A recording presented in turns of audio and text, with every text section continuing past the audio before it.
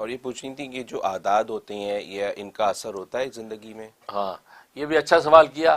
ہاں جو علم العادات والے جو لوگ ہیں ہاں وہ ان چیزوں سے بہت سی چیزیں اور اثرات نکالنے کی کوشش کرتے ہیں کہ آپ کے نام کے جو عادات ہیں ان کو نکال کے اس سے پھر بہت سی چیزیں نکالتے ہیں.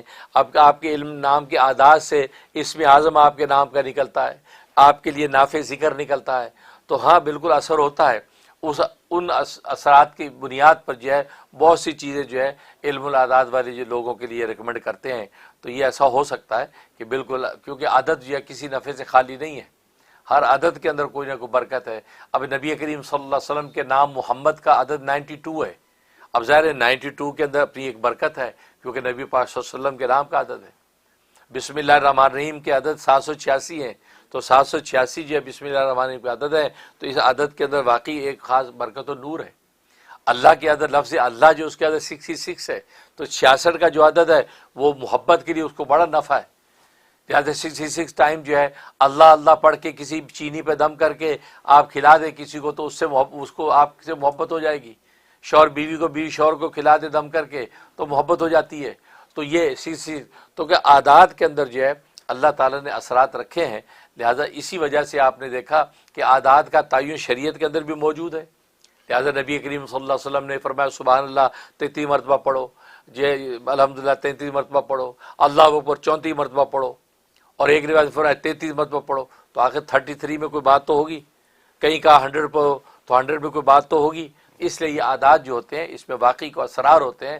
جس کو نہیں علم اسرار تک نہیں پہنچتے تو لیکن شریعت نے اس کو پابند نہیں کیا کہ ہم اسرار کو حاصل کرنے کے پابند ہوں. یہ ایک ایسا علم ہے جو اللہ تبارک و تعالیٰ کسی کسی کو عطا کرتا ہے.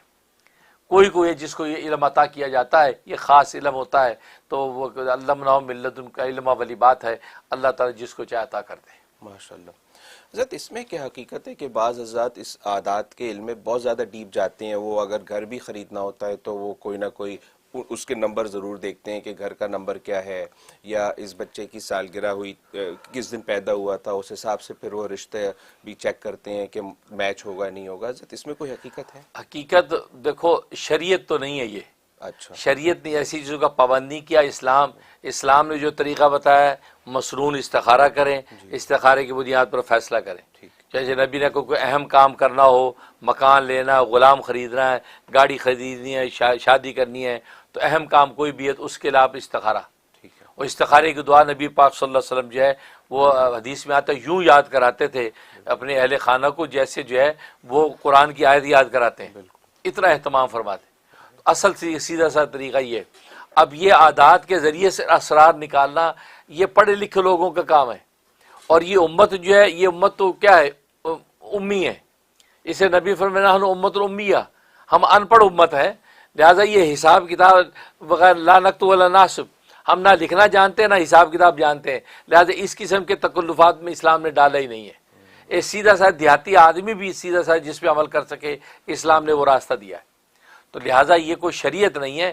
ہاں لوگ اپنے طور پر دیکھیے اس چیز کی حقیقت ضرور ہے کہ لوگ عادات کے ذریعے سے کسی نتیجے میں یقیناً پہنچ جاتے ہیں اور اس کے ذریعے سے اپنے فیصلے کرتے ہیں. جس کو یہ فن آتا ہو تو اس پہ کر سکتا ہے, کیونکہ علم العادات کے ذریعے سے تو آپ جانتے ہیں آج پوری سائنس ٹیکنالوجی عادات کا نام تو ہے, نمبرنگ کی ایم تو ہے. اب یہ پورا میتھمیٹکس ہے, فزکس سے میتھمیٹکس سے تو ہوائی جہاز اڑ رہا ہے, وہ سارے عادات ہی تو ہے, نمبرنگ تو ہے. تو اس لیے ساری دنیا اس سے چل رہی ہے.